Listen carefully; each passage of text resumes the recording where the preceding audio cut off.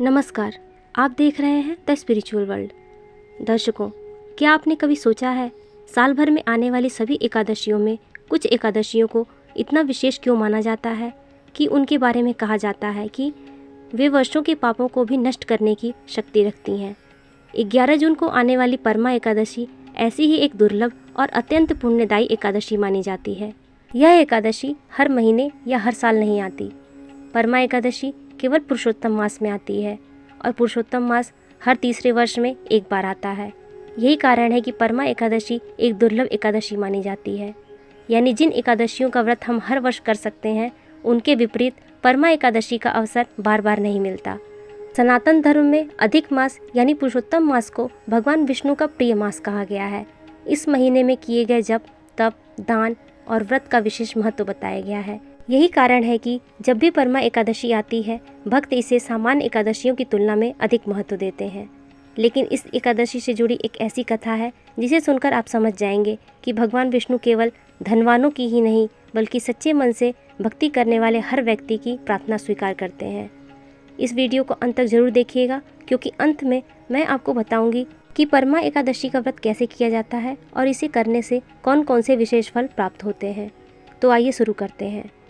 सनातन धर्म की प्राचीन कथाओं के अनुसार एक समय एक नगर में सुमेध नाम का एक ब्राह्मण रहता था। उसकी पत्नी का नाम पवित्रा था।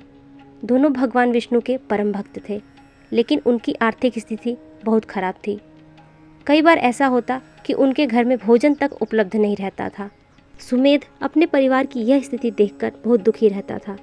वह सोचता था कि कहीं दूर जाकर धन कमाए ताकि परिवार को कष्ट न सहना पड़े। लेकिन उसकी पत्नी पवित्रा उसे हमेशा समझाती थी कि जो कुछ भी हमारे भाग्य में है वह हमें अवश्य मिलेगा।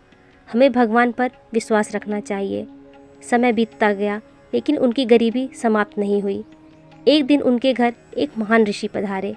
दोनों ने अपनी क्षमता के अनुसार उनका आदर सत्कार किया। उनकी सेवा और विनम्रता देखकर ऋषि अत्यंत प्रसन्न हुए। तब पवित्रा ने हाथ जोड़कर कहा, हे मुनिवर, हम भगवान की भक्ति तो करते हैं, लेकिन अत्यंत गरीबी में जीवन व्यतीत कर रहे हैं। कृपया ऐसा उपाय बताइए जिससे हमारा कष्ट दूर हो सके और भगवान विष्णु की कृपा प्राप्त हो सके। ऋषि मुस्कुराए और बोले, पुरुषोत्तम मास के कृष्ण पक्ष में आने वाली परमा एकादशी का व्रत करो।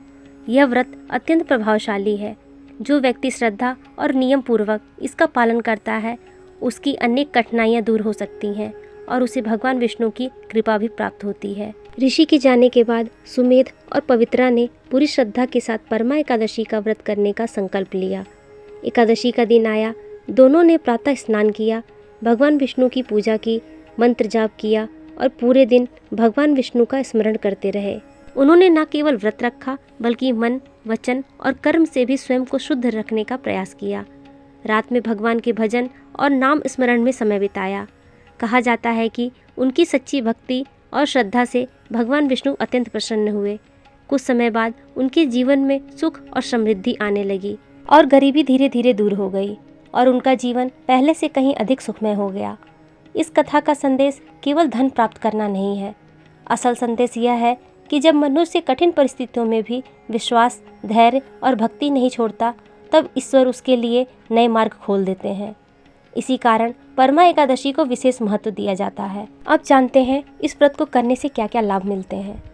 परमा एकादशी का व्रत करने से भगवान विष्णु की कृपा प्राप्त होती है, मन को शांति मिलती है, नकारात्मक विचारों का नाश होता है और जीवन की बाधाओं को दूर करने की शक्ति प्राप्त होती है।